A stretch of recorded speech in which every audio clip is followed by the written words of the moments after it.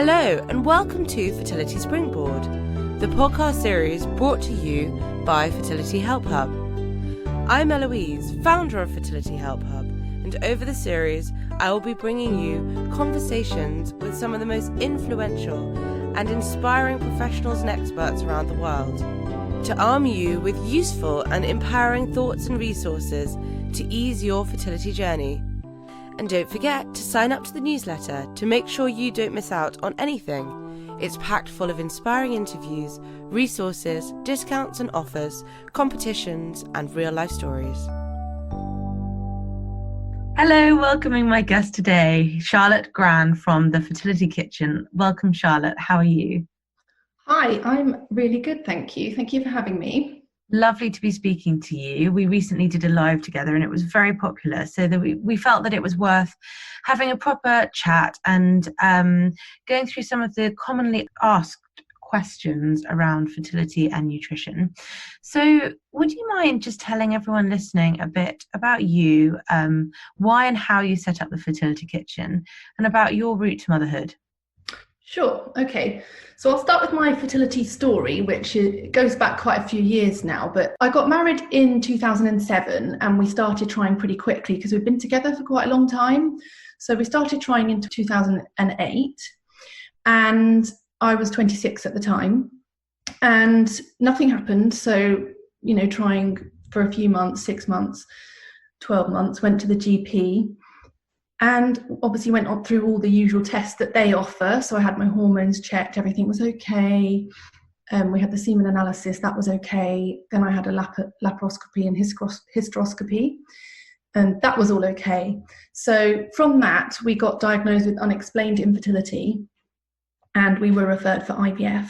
Being told that you have unexplained infertility must be so irritating and heartbreaking, because what do you do with that diagnosis? Yeah, exactly. It's a excuse my language, but it's a bullshit diagnosis because it isn't really a diagnosis. It really should be, we don't yet know the problem because there obviously is an issue. They just don't know what it is. And unfortunately, the tests that we're offered, they just can't explore everything that it could possibly be. It's very much focused on the reproductive system. And there could be things that are going on outside of that can then have a knock-on effect on fertility. Absolutely. So it was a massive shock. I didn't know a whole lot back then, obviously, about infertility and IVF and that whole world. So to be told that the IVF was the only option was just, frankly, scary, and it wasn't something that I really wanted to do. I kind of thought that they would offer me IUI maybe or something else first, but no, they said that, the research suggests that unexplained infertility, the best results are going to come from IVF. So, and actually at the time I was 29 by this point, so we've been trying for 3 years, and the guidelines for getting private funding on the NHS were you had to be 30. And because we'd been trying so long, we just did not want to wait another 6 months till I turned 30, because when you get to the point of being referred for IVF, the last thing you want is another 6 months wait. Totally. Yeah. So luckily we were able to go private. So we went private. And also, because I was young and there wasn't a whole lot going on, I had quite a low dose of drug, like the lowest dose that you could have. If memory serves me correctly, I got around 9 eggs, and from that we had 3 embryos. And probably, had I been going through IVF with all the knowledge that I have now, I might have been disappointed with 3 embryos. But back then, I was absolutely over the moon. And because we only had the 3, they put 2 back on day 3, and we were very lucky to be successful. And I was pregnant with my son George from that round. Wow, that's amazing to have a success from day 3, because I didn't from a day 3. And people, I don't know why, but people nowadays, don't they, get very sort of caught up in wanting blastocysts rather than transfers on day 3. Yeah.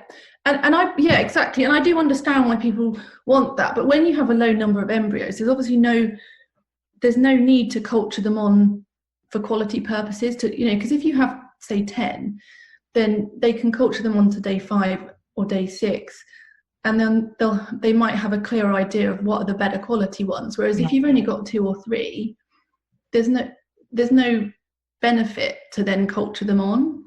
So you might as well have them put back, in your environment. I guess that's going to be the best environment for them. Exactly.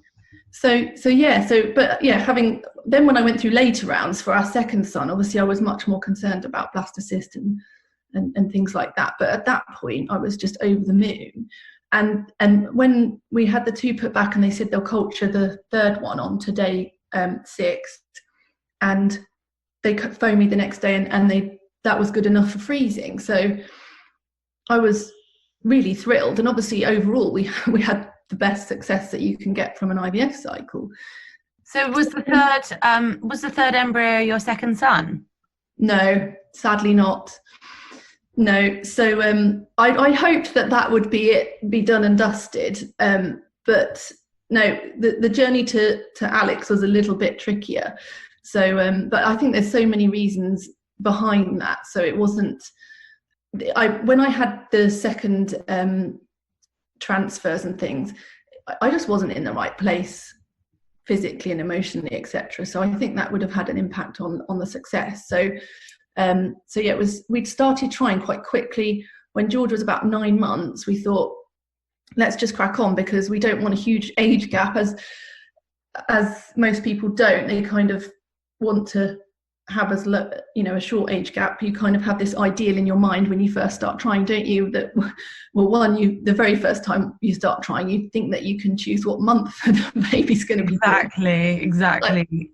I know, and then you learn, but you'd want a September, October baby, and then I'll have a nice 2-year age gap, etc. But anyway, like that, yeah, exactly. You want that. That would be the ideal. But so we started trying at 9 months, and we wanted to give it a good go of trying naturally again. And so we gave it a year and nothing. So then we went back for a frozen transfer. And because my cycle was textbook, like 28 days, bang on day 14, ovulation, we decided to go for it with a natural cycle. Mm-hmm.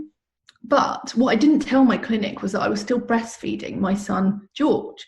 So it wasn't necessarily the best thing to do. But when you get a thought in your head and decide that you're going to go ahead with it, there's nothing that's going to stop you. Do you think that your clinic would have advised you not to have done that natural cycle if they'd known you were breastfeeding? Yeah, they would have told you. They wouldn't have wanted you to be breastfeeding for natural or with drugs either. Mm-hmm. Mm-hmm. It's just not ideal, because obviously it affects the balance of your hormones. So it raises prolactin, which then dampens fertility. So that wasn't ideal. And actually, I started bleeding before my period was due, and that would just never happen for me. I'd never bleed early. So that kind of proved that it wasn't the right time. So did you feel upset, as though you had kind of wasted that embryo? No, not really. I mean, George, although he was breastfeeding, he wasn't breastfeeding low. All the time. Yeah. It was more of like night time, the odd feed. So yeah. So no, but probably now I think you idiot, you shouldn't have done that. But that's the benefit of hindsight. And I think, when when you're in that sort of crazy wanting to have a baby mindset, nothing really stands in your way, does it? No, I totally agree. You just want to go all guns blazing and do it, don't you? Exactly. So from that, we had, that was negative, and then we decided to go straight for a fresh cycle.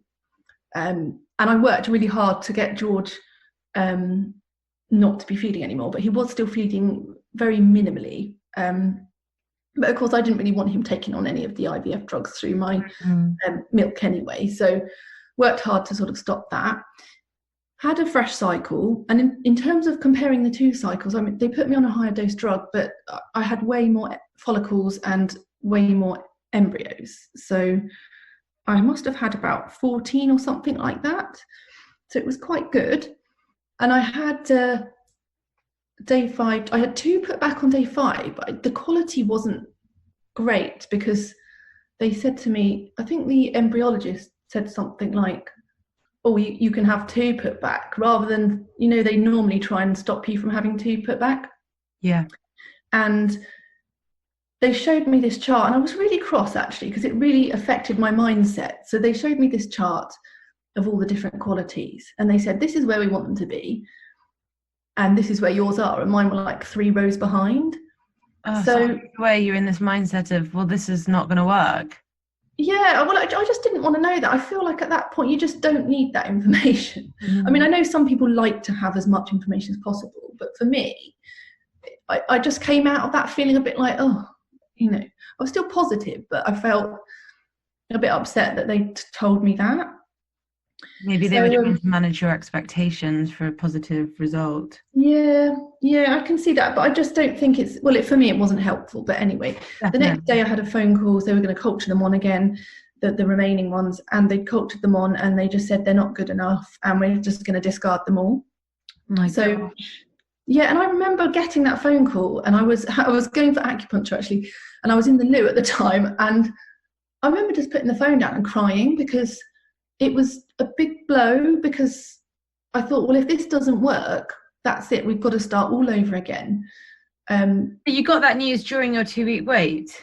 Yeah, so on day 6. So I had the transfer on day 5, and then they phoned me on day 6 and said the rest of them weren't good enough. Oh my gosh, I can't even imagine, because then as you said, you're just thinking, well, if this doesn't work, we're going to have to start again. Yeah, exactly. And it's not just about the emotional side, it's the finances as well. And thinking, totally. I've got to start all over again, because you're back to 0 basically. And I was just upset that they discarded all that many embryos, because you do hear stories of people having not so good quality embryos that then are successful, and then whereas they hadn't been successful on their top embryos. Totally. So what happened next? So what happened next was I got pregnant. So I took my pregnancy test on the Friday, and it was a day early. So I phoned the clinic that day and I said, it's positive. And they said, well, that's good, but you're not supposed to test till tomorrow. So test again and let us know. So I tested the next day, and it was a tiny bit fainter than the day before. And obviously we scrutinise these things, don't we? So, So I was looking at them side by side, and I wasn't really happy about that. And then my friend had done a clear blue, so that I was cycling at the same time as a friend, and she'd done a clear blue digital one that tells you how many weeks you are. So I did one of those, and hers said 3 to 4 weeks, and mine said 2 to 3 weeks. And that didn't sit well with me. I thought that's a concern, because really my hormone levels should be higher, so that it says 3 to 4 weeks. So that was in the back of my mind. And then a couple of days later, I call it intuition, I just thought, I'm not feeling right about this. So I went and bought another test, did that, and it was negative. And then shortly afterwards, I started bleeding. And it's almost like my brain realised the truth, and then then my body kind of started to release things. So I started bleeding, and that was a chemical pregnancy. So that was really gutting, and not what I expected at all, because obviously I'd had a success and a fairly easy time of it to conceive George. Yeah. So having, once I got pregnant, I kind of thought, this is it, la-di-da, off we go. And I remember putting all the dates, the due dates in the apps and stuff on my phone. And then I went through the chemical, and then like a week later I got, congratulations, you're 5 weeks pregnant or something. And I was just like, oh no, from the apps? Yeah, from the app. Oh gosh. And so what did you have to do another round after that? Yeah, so we decided we wanted to go again straight away, and we waited for 3 months just to regulate everything. And I think by this point I totally got George off breastfeeding, stopped that, and went through another fresh cycle. And again, got lots of embryos, and had a day 5 transfer. I had 2 put back, and the embryologist that time said you've got a 50% chance. So was that higher than before? I'm sure, yeah. I think that it might have been 30% the time before. So I was quite pleased with 50-50. off I went. Then I got the call on the day 6 to say, no, they're not good enough. So they discarded all the embryos again. No way. And that must have been another 10 or so. Oh. So that was gutting again. But this time I got pregnant and Alex was born. So, but not twins with the 2 put back. Not twins, no, just Alex. So out of 3 fresh transfers, I've had 6 fresh embryos returned, and I've got 2 children out of that, which I think is quite high odds, really. But yeah, never got twins. Gosh, that's such a roller coaster to have that chemical pregnancy in the middle, isn't it? And also, as twice to have a call saying, "I'm sorry, but none of the other embryos have made it," because then you're, as you said, going through this 2-week wait, thinking, "What are we going to do next?" Yeah, exactly. Back to square one, and we would have had to wait much longer than the 3 months had that's the final cycle not worked. Obviously, just to replenish funds, etc. So, how did this lead you on to create the wonderful fertility kitchen? Okay, so just through my journey, I started to make lots of changes to my lifestyle. So the first thing I did was start exploring acupuncture, and I at the time I was working in fashion, so I was a buyer for a high street retailer, and it was a very stressful job. So really long hours, lots of stress, lots of travel, and things like that. So I thought, well, I'll go and have acupuncture for stress and it might help with fertility.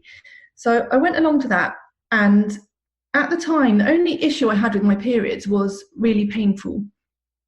So every month, like the first day or 2 was just agonizing, and I didn't really dwell on that too much in terms of acupuncture. I didn't really think about that potentially having an impact, but I had 2 or 3 sessions of acupuncture, and then the next time I had my period, it was completely pain-free, and that was a bit of a revelation because I'd had, several years of really painful periods. So to go just to have some needles and then to be pain-free was amazing. So from that, I just started to explore acupuncture, found it really interesting. It really resonated, and I found it quite logical. And I'd started to think about how, when I did have children, I wanted to sort of bring them up and where I wanted to work and things like that. And I thought, I just don't want to stay in this buying world because it's really long hours. I'd never see my children. So I'd started to think about alternative careers, and I'd been chatting to my acupuncturist, and he said, "God, you should really go for it. You'd be great." And the college was actually around the corner from my office. So I thought, well, I'll just go along to an open evening. So I went along, and it was a degree, but they offered a weekend course and a weekday course. And the evening was great. I really enjoyed it. I thought, I'll just apply, see what happens. So I applied for the weekend course, and then I got on the course. I went and had an interview, got on the course, and thought, well, I'll just go for it. And because it's weekends, I'll do it as well as my job. So I did that for about a year. And meanwhile, I was going through IVF as well. And then it came to the second year, and I thought, well, it's now or never, because obviously with a degree, you need to really focus in the second and third years because that's what's going to contribute to your final grade. And chatted everything through my husband, and I thought, I'm just going to take the leap. I really love acupuncture. I'm going to do it. So I left my job and studied full time. Meanwhile, having IVF, and then I got pregnant with George at the time as well. So I went through the second year of college pregnant, and then George was born a few days after my last exam in the second year, and then I had about three or 4 weeks off, and then I went back for the third year. Wow. I know. I was crazy. Looking back, I was probably a bit mental, but my husband was so good, and he used to bring George in every weekend. So it was a really long day on a Saturday. I'd be there like 9 till 7, and George would never take a bottle. So my husband would bring him in. So he'd drive me to college, and I'd feed him in the car. Then he'd come back at like mid-morning or lunchtime, and I'd feed him. And then I'd got an afternoon break, and he'd come back as well. What amazing teamwork. I know. It was brilliant. So, and we just worked really well as a team. And then during the week, I would study and look after George. So every time he went down for a nap, I'd just go straight into my office and study. And then as soon as I put him to bed in the evening, I'd go and study. And then weekends, my husband took over. So we did that. And then I qualified and had George was the baby whilst I was doing clinic as well. So part of the qualification is 6 months in clinic. So I did that. And then just from the beginning, I knew I wanted to specialise in fertility. So everything, all the assignments I did throughout college, I really geared towards learning about fertility acupuncture and gynae stuff as well. So as soon as I qualified, I set up as a fertility acupuncturist. And then sort of meanwhile, still carrying on with my journey, I just naturally started to explore other aspects of health and well-being. And I started to look at food. And it just led me to make sort of small changes in my diet, really. So I never really felt the need to, like, everyone would always describe me as really healthy, and I was always very slim. So I kind of considered myself to be really healthy, but in actuality, I was eating a standard Western diet. So I'd probably have something like cereal for breakfast and maybe a sandwich and a packet of crisps for lunch, maybe some sweets in the afternoon. And then I'd have a home cooked meal, but it would be pasta based, maybe with a few token veggies. So, standard diet. And I was a bit of a sugar monster. So I used to use sugar to kind of power me through the day at work and things like that. So the first thing I cut out was sugar. And I cut that out sort of in between having George and Alex. So that was kind of when I started to get into diet. And actually, it's really interesting because I ate sugar all the way through my pregnancy with George, and he is a real sugar monster as well. So he'll really favour sweet things. And whereas with Alex, I wasn't eating sugar in pregnancy, and he is far less sugar focused than George is. That really showed me the power of nutrition in the preconception phase as well, and during pregnancy as well. So then I started to look at other things, and after having Alex, I cut out dairy because I sort of read about links with dry skin and eczema and things. And after about 3 months of not having dairy, I noticed that I wasn't having to take my inhaler. And prior to that, I'd taken it every day since I was like 5. And that was really the kind of standout moment for me where I was like, this is really powerful. Food is so powerful. So that really piqued my interest even further. And I decided that I would head back to college again to study nutrition. And I remember taking Alex, I went to look at a college in London actually, and Alex was about 3 or 4 months old, and I put him in a little sling and off I went up to London and looked around a nutrition school there. That wasn't the one I went for in the end, but I was very focused because once I get these ideas in my head, I'm off and I go for it. Mm-hmm. So I was studying nutrition, and I started to think about what more I could do to help empower other women, and really think about what I needed on my journey, because there really was there is a lack of resources out there. There's not a whole lot. I mean, there is some information obviously about fertility nutrition, but there's no practical advice, I don't think, nothing down to earth. This is what you need to eat, this is how you do it, these are the recipes you need to cook, that kind of thing. And I thought, yeah, that's what I would have wanted on my journey, a practical information and a really decent sort of cookbook. And I was pondering this in the middle of the night. Just out of nowhere, the Fertility Kitchen popped into my head, and I thought that is a really great name for a nutrition business or a cookbook. It is a great name. Yeah, and so immediately in the night, I got my phone, looked it up, to see if the domains were available, and they were. And I looked up the Instagram and the Facebook and everything, and registered them there and then.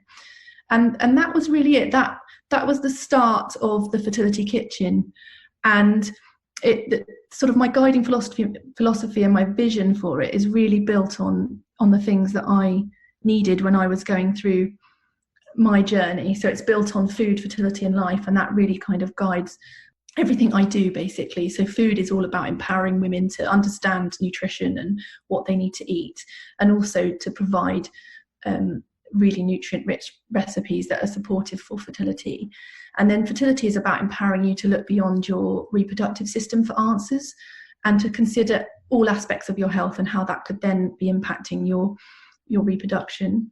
And then life is based on building a fertility friendly lifestyle. So it's all about learning how important lifestyle is and how it affects your fertility. So things like stress and exercise and sleep and connection with others, and detoxing your environment as well. So just being mindful about environmental toxins. So that all feeds into my philosophy, and it really just is about empowerment. So if I could sum it up with one word, that's what I would choose.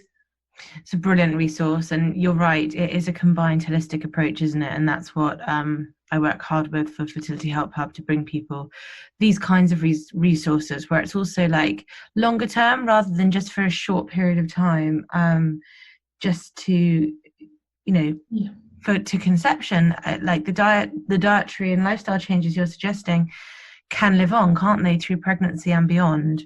Yeah, absolutely. And you can build on them and start making small changes and then and build on them as you go. And I truly believe that if I'd have learned all of this prior to my journey, I would have conceived naturally, because although I was sort of fit and healthy, there was so much going on behind the scenes that I have addressed. And actually I did get pregnant a couple of years ago, naturally, out of the blue, and it was a massive shock, having spent 5 years trying for my sons, to then get pregnant out of the blue. And I really do believe that the reason we got pregnant was because of all the changes that I'd made to my diet and lifestyle over the years. And sadly it didn't work out, and I think it was probably chromosomal issue, but it was I feel fortunate that I got pregnant, because it kind of reaffirmed the lifestyle and the diet things and how powerful that is. But also I always wanted to experience that, as we all do, that what everyone else gets to experience, and how it should be, where you just don't even realize you're pregnant. And then I felt something was off, and I did a test and it was negative, and then a period still wasn't arriving and I still felt a bit off, and then did another test and it was positive, and that was really incredible. I feel like I've been robbed of that, and it sounds crazy to say, doesn't it? But friends who have fallen pregnant naturally, even though we've been blessed with IVF having worked for us personally, I still feel like that kind of like fundamental happiness of seeing a pregnancy test, spontaneously, and not having even had to work for it or think about it, and having done it naturally, is something that it feels sad to have never experienced. Yeah, absolutely. And infertility never leaves you, even when you have children. No. And even now, I'm like, when people get pregnant at lightning speed or out of the blue, or my mum tells me of a pregnancy announcement, it really pisses me off, for want of a better word. I really don't like it. I don't want to know about people getting pregnant, to be honest, even now, because I've had friends say to me, we wish that it hadn't happened so quickly, and I'm like, think about your audience here. Yeah, exactly. I have no sympathy for that. So that's an amazing story, and what a brilliant resource you can now offer people. And we did a live, as I mentioned, recently, and we had lots of people asking about male fertility, which is always something that needs more of a voice, doesn't it? Because people do tend to often focus on the female side. So in terms of male fertility, what would you say are kind of natural ways to increase male fertility through nutrition? Well, I think it comes back down to the foundations of a decent diet. So yes, there's always going to be things that come up in the press and things that say, have this, or this nutrient is really important. But that, in the context of your diet, if you continue with a standard Western diet and then take a token supplement, that's really not going to cut it. So I think for both partners, it's about really getting the foundations of good nutrition right, really focusing on eating an abundance of vegetables, which will provide all those antioxidant nutrients which are important for sperm cell development and for sperm health. So, I mean, particular nutrients that they'd want to focus on would be vitamin A, vitamin C, vitamin E, zinc as well. So zinc's probably, you're going to get that more easily from animal products, but the rest of them really abundant in vegetables, and vitamin A as well. Actually, that's very much exclusively animal products. But really then thinking about how you can make vegetables the front and center of your plate, and switch your thinking a bit, because I think most people tend to make the grains and the pasta and things like that the star of the show, and then they might have a few token veggies on the side.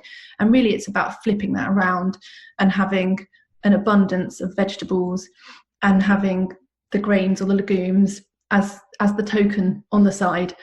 And then things that specifically men can do. So there is a study actually about nuts and including those in a Western style diet. So this particular study looked at including them in, so they didn't change anything else about the diet, they just added in nuts, and they added in 60 grams of raw mixed nuts a day. And those were, I think, were almonds, hazelnuts and walnuts. And that had a significant improvement on total sperm count and quality, vitality and motility as well. So that is something that can be done, but I still think that you should look at the foundations, because that's going to have the most positive overall effect. And yeah, just things like watching caffeine consumption, alcohol, exactly. So there was a study, I think it was a fairly recent one, that said that both partners should be limiting to 1 drink per occasion and no more than 4 a week. I think men could have slightly more, because obviously they can they process alcohol a little bit better than we do, but it's still limiting to sort of a couple of drinks per occasion, and then sticking to no more than 4 a week, but avoiding for best results. So, you know, I know it's hard, but I think if you're not hugely attached to alcohol, then avoiding is probably the best way to go, because then you don't have any questions to ask. Like, was it the alcohol? Well, if you weren't drinking any, you know it wasn't. Totally. That was my kind of thinking on it, that you don't want to look back and think, was it that 1 drink I had? Was it, you know, making yourself feel bad that maybe it was something you did or didn't do? But what about other lifestyle aspects? For men, yeah, I think the research is not as strong for male fertility as female fertility, but in general, acupuncture is amazing for supporting sleep, which is going to help regulate hormones. It's great for stress relief, and lots of men are super stressed, like, well, we all are, aren't we? So it's great for that. And lifestyle factors then have an impact on your fertility. And for men, smoking as well, definitely avoiding smoking is 100% categoric. And that's something that the research is consistent on. And obviously we need to think about scrotal temperature as well. So most people realise that that's why the testicles hang outside the body, is because they need to be a little bit cooler than the rest of the body. So supporting that by not wearing really tight underwear, which I guess we all know about. Hot baths, yeah, the phone in the pocket, and laptops, because they get so hot on your lap. So it's just about maybe putting a pillow between your laptop and your lap. And yeah, wearing the looser underwear. If you're a proficient cyclist, like you really cycle all the time, then you might want to think about choosing other exercise, or just, you know, limiting that, because that can have an impact as well.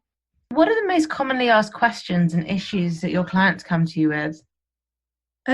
Well, I would say the common issue that seems to be universal, at least with all my current clients, is that they are unsure about carbohydrates, and they tend to eat too much of the wrong types, and so consequently their diets are quite high in sugar. And I think it is an issue for everyone, sugar. And I think we simply don't have the awareness of how much we're eating and what is in the foods that we're eating. So something that people often have to eat as a snack, because they think it's healthier, is raisins and dried fruit. But no, because your body doesn't really distinguish. So everything, it's breaking down to glucose. So even with dried fruit, it's breaking it down to the same constituents. So dried fruit is extremely concentrated in sugar, because what it's doing is it's concentrating that sugar. So a snack-sized box of raisins has about 29 grams of sugar in it, equivalent to more than 7 teaspoons. Wow, I didn't know that. No, and most people don't realise it. So it's often something that people give to children as a healthy snack, and that's going to obliterate their sugar intake in one swoop. Absolutely. Yeah. Gosh. So, and what about caffeine? People often ask, what is a kind of okay amount on a daily basis when you're trying to conceive? So caffeine consumption, so more than 500 milligrams a day has been linked with fertility issues in both partners. So you want to be going for something around 200 milligrams a day, which would be a large mug of coffee. And I would just suggest that you make that, maybe have it earlier in the day, obviously, because it can impact your sleep. And just make it the best quality coffee you can buy. Go for a nice organic one and really just enjoy it and pay attention to any symptoms. So if you're noticing that you're experiencing like headaches and jitters, or maybe you're a bit anxious, then around that, it could be linked to that caffeine. So if you're noticing things like that, then it's probably best avoided. My demon is Diet Coke, and I found it really hard not to drink that whilst I was trying to conceive. I think that a big no-no. Yeah, sadly, it is. Yeah. Why is that?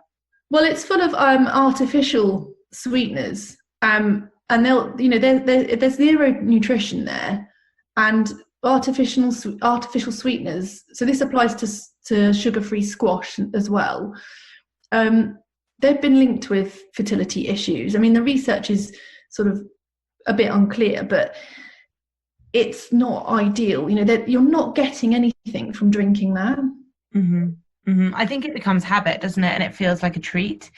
And so it's sometimes hard to break those habits. But I guess with focus and with, an end goal of hopefully baby, that can bring focus, can't it?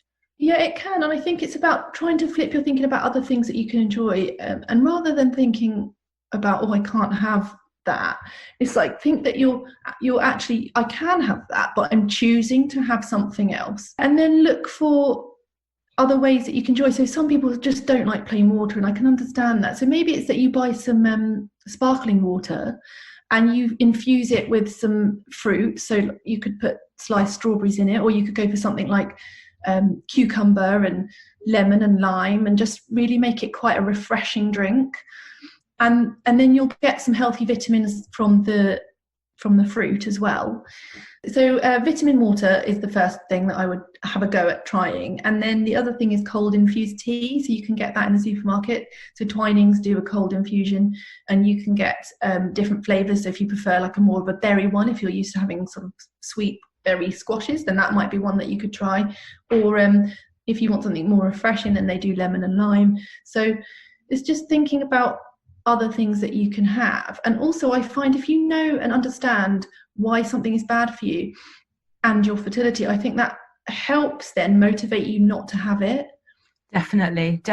It's kind of the education around it, isn't it? And then thinking of alternatives that could give you the same kind of satisfaction. Yeah. And it's definitely about flipping the thinking and just choosing not to have something, rather than saying that's restricted, I can't have that. I had the most delicious breakfast this morning. I had like corn cakes with I think almond butter on, with sliced banana, and it was delicious. Oh, that sounds nice. Now you're probably thinking that's got loads of sugar in it, but it felt like a treat without, having full-on toast and butter and Marmite or whatever. Yeah, and actually, with the whole bread thing and the toast and that, I really love, and this might sound a bit weird, but you have to try it because it's delicious, is sweet potato. So you get a massive sweet potato and slice it thinly. So it's as if you were going to slice it in half. So slice it in half and then slice another slice, like about a centimetre or less. That can be toasted, and then you can have a poached egg on the top, say.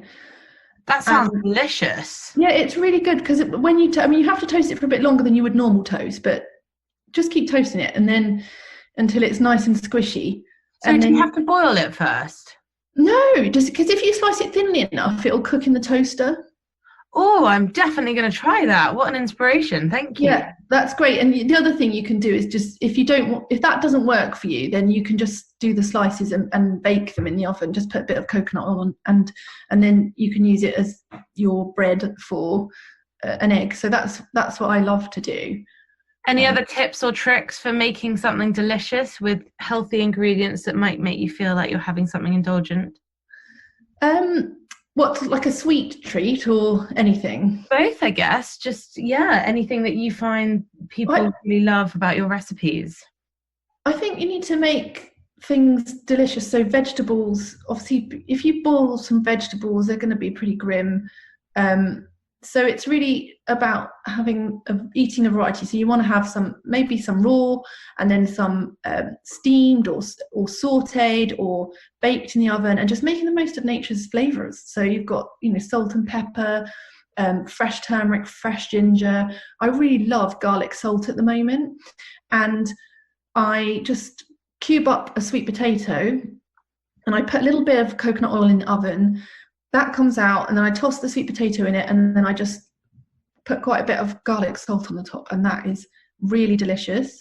Gives it a lovely flavour, and it's just quick and easy. Because if you cube up the sweet potato fairly small, like a 1 centimetre dice, then that's only going to take about 15-20 minutes to cook. And so while that's in the oven, you can just poach an egg or make some salad. So I have that quite a lot lately with salad. And then just fats will really make veggies taste good. So it's about using butter to saute veg, or using some coconut oil or ghee as well. That can be nice. Drizzling your salad with some nice extra virgin olive oil or some avocado oil. Having olives as well. So I quite like paprika as well on yes. potato. Yeah, that's really nice. If you can sprinkle that on your sweet potato as well, and also butternut squash. So any kind of herbs and spices, just toss them in oil and then sprinkle them with some nice, whatever herbs and spices you like, and that really does taste gorgeous. And then sweet treat wise, just make sure you're looking at your recipe. So if you have a favourite recipe, just watch the sugar content and think, okay, well, it's got 100 grams of sugar in. I'm going to take that right back down to 20 grams, and that will still taste sweet.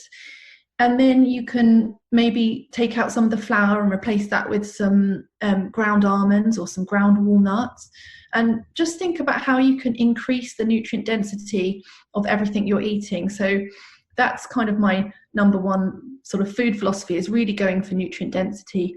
And that's the way that you do it. It's just everything you're eating, how can I make this more nutritious, and what could I have instead? So if you're normally having a plate of spaghetti, then just have a plate of courgette noodles with your bolognese or your chili. You could serve that with some spicy cauliflower rice. So you just literally grate a cauliflower, saute it in a bit of butter and with some garlic, and then sprinkle over some spices that you like, and then serve that. You can serve that with curry, you can serve that with chili. So it's about replacing less nutritious things with more nutritious things. Absolutely. And talking about fertility foods, lots of people will have heard of things like pomegranates and pineapples and turmeric being good things for fertility. Do you think that there is evidence for that? Well, no, not really. So what you really want to focus on, so my top 5 fertility superfoods. So number 1 is probably liver. And that might be a shock for people. They might think, oh, that's really gross, I could never eat it. But it's known as nature's multivitamin. That's its sort of nickname. It's full of vitamin A, vitamin K2, iron, folate, other B vitamins, choline. So often some of these, so vitamin A in particular, choline, very difficult to get from plants, K2 as well. And you can add it. So you only need to eat it maybe once a week, and you can just add it to, say if you're having a bolognese, or you make beef burgers or something like that, or even a curry. So what I would do is get some chicken liver, and make sure it's organic, and freeze it. And chicken is going to be the mildest flavour out of all the different animals that you can get. So freeze it when you get home, and then grate it, take it out of the freezer cold, and just grate it directly into a dish that you're cooking. So just a few minutes before the end, because it will cook really quickly. And by freezing it, you don't have to deal with that sort of icky kind of squidgy liver. So it's frozen. Quickly grate it in, mix it in, and you won't even know it's in there. Yeah, so that's a great way of doing it. If you're not fancying eating a plate of liver, which I know most people don't. And that's a good one to have, especially around your period, because it's very rich in iron, and obviously you're going to be losing iron around your period. Could you make it into a pate? Yes, you can do that as well. Yeah, so if you like pate, you can definitely make a pate, and that's really nice. So oily fish is really important because it contains DHA, and that's it's one of the the top source of DHA, and that's really important for fetal brain development. And it's also important for all your cell membranes and for maternal mental health as well. So during pregnancy, if you're not eating enough omega-3 from your diet, so this is oily fish, the fetus will start drawing it from your brain as well. So I really do think that's where the baby brain thing comes from, because I think there's been studies where they showed that women's brains actually shrink during pregnancy if they don't eat enough. Really? And can you overdose on oily fish? Well, the issue with it is the oily fish can be higher in mercury. So, but nature's so clever because it's also rich in selenium, and that helps to sort of detoxify the mercury. So, but you just want to avoid the larger species, so king mackerel and tuna and things like that. So tuna I would maybe have like every few weeks, but oily fish you can have 3 portions a week. Okay. And that would be things like trout, salmon, mackerel, sardines. Not so much the whitefish. No, well, whitefish is great. It's full of nutrition, but it doesn't have those fats in it. Yeah. And what's food number 3? Eggs. So eggs are really rich in choline. So liver and eggs are the top sources of choline, and choline, it doesn't get as much press as folate, but it's sort of as important as folate for fetal development. I think egg eaters have twice the amount of choline than non-egg eaters. Can you overdose on eggs? I don't think so. I mean, you can happily eat a couple of eggs a day. I have them as a snack with some salt. Yeah, perfect. I mean, it's a great snack because it's no carbohydrates. It's just protein and fat. Mm-hmm. And then leafy greens as well, really, really good for you, full of folate, iron, calcium, magnesium, lots of fiber. So really prioritize the greens. So vegetables are massively important. And if you can then prioritize even further, I would say go for your leafy greens because they are really super. And finally, bone broth is great. So bone broth is really rich in glycine, and that's an amino acid that is not one of the essential amino acids, but it's conditionally essential. And what that means is that when you get pregnant, you do need to get it from your diet. So bone broth is one of the sources. So that's stock made from chicken or beef or fish. And can people buy that ready-made rather than having to make it themselves? Yes, yeah, you can. It's expensive for what it is because, I mean, if you regularly have a roast chicken on a Sunday, then if you can be bothered, it's a good idea to make your stock. And it is easy to make, but it does take a bit of time because you need to boil it up for like all day long. What do you do? Boil the bones? Yeah, so with the carcass, you put it in a big stock pot with veggies and water and some herbs, and then you just boil it up, keep it on a gentle simmer all day long, but you need to sort of regularly skim off the scum that comes to the top. And then, I mean, ideally what you could do is turn it off overnight and then turn it back on again in the morning and have it on all day again, because the longer you do it for, the more goodness comes out of the bones. Mm-hmm. And then at the end of it all, you drain it, and then that's the stock that you then drink. You can use it in soup, you can use it in stew, you could use it in curry, you could add it to bolognese or chili, anything like that, or you can drink it. So you could have that as a cup. And I quite like to add some fresh turmeric and some ginger, and then it's quite a nice drink. Is that different to miso soup? Yes, yeah. So miso soup is it's soy, and it's like a Japanese soup, so that's lovely, but it's not the same as the bone broth, but you can make that with bone broth. Okay, because I quite like them as drinks too, especially if it's like a wintry cold day. It's quite warming. Yeah, exactly. It's no different really to drinking a cup of soup. But some people do get a bit funny about, I don't know, maybe it's the thought of it, just of the thought of drinking a cup of bone broth. But if that's you, then I would just make a soup out of it, because you'd put chicken stock in the soup anyway. So you can buy it though. So places like Riverford and Able and Cole and Planet Organic. Yeah, all those kind of places would sell it. But you're looking at about £6 for 500 ml. Wow, that is expensive. It is expensive, and you can go to the butcher and get. They might give you the carcass, or they might just charge you a couple of pounds. But you can go and buy carcasses from the butchers as well. And when you think of it in that way, if you're drinking a cup of bone broth every day, it's going to get really pricey if you're going to buy it. Definitely. Oh well, thank you for sharing that. That is such a good idea. Well, you're welcome. You're making me feel hungry now.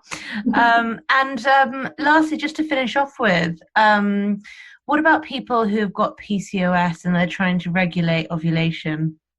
Yeah, so with that, sadly, it's going to have to be really, really getting tight on how much sugar you're eating. So really watching that.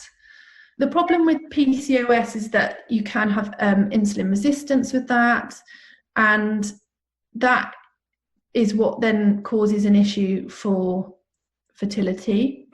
So I'll take you through the basics of blood sugar balance. So if you have elevated blood sugar, it's damaging to your organs and your tissues. So what your body does is it wants to bring that right back down to a healthy range. So if you eat something that's rich in sugar or simple carbohydrates, then your body will release insulin, which opens cell membranes to allow the sugar to come out of your bloodstream and into your cells. So it's basically knocking on the door of your cells and asking them to open and let the sugar in.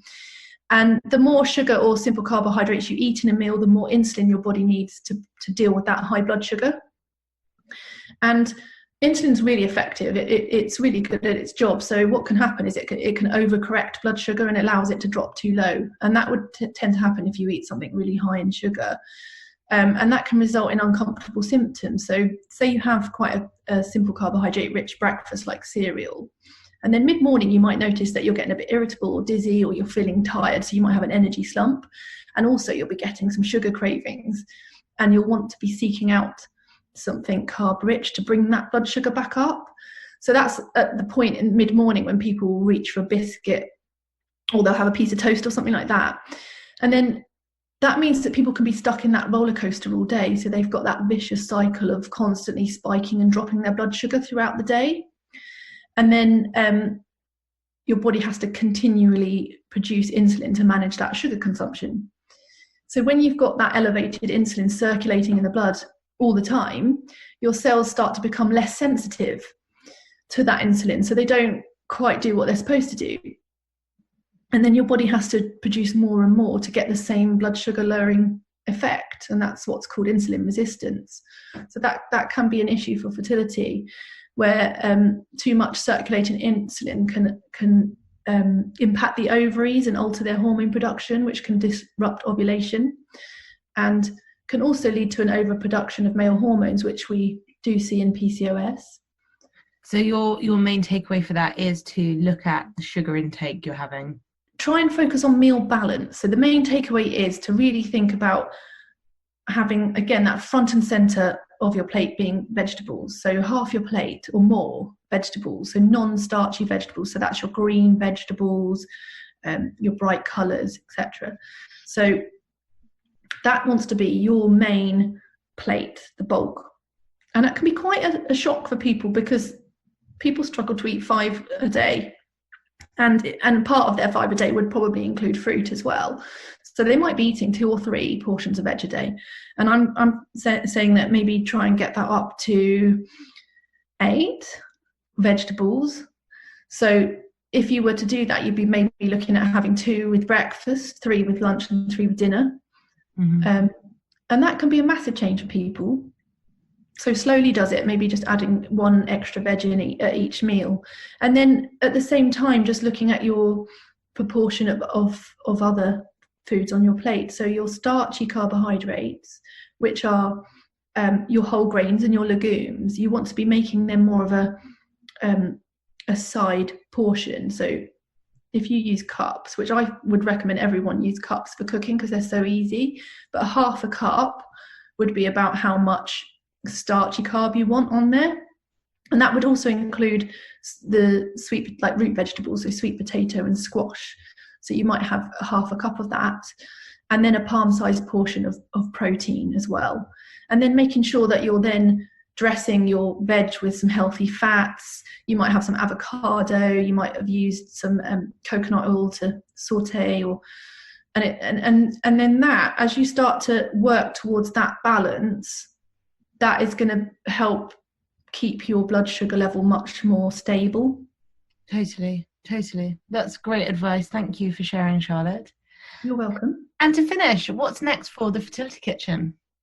Well, it's quite exciting at the moment. So I'm writing a cookbook at the moment, and it's a fertility nutrition cookbook. So it's a book of 2 halves, and the first half is very much based on fertility nutrition information. So it's kind of like the book that I needed on my journey. So I'm writing that book, and so it will take you through all the basics, making sure that you've got those foundations in place. It will teach you how to build a perfect plate. So that's all part of the food section. Then I'll take you through the fertility section. So I'll go through all the different areas of your health that can impact your fertility.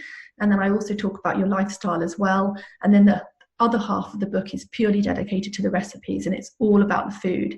And my hope is that I can show you that eating for your fertility is just beyond delicious, and it's not about restriction, it's about nourishment, it's about making the most of nature's superfoods. And there'll be, breakfasts, light dishes, soups, mains, and all of those recipes will have as much nutrition as I can pack into them. And there will be some yummy, better for you sweet treats as well.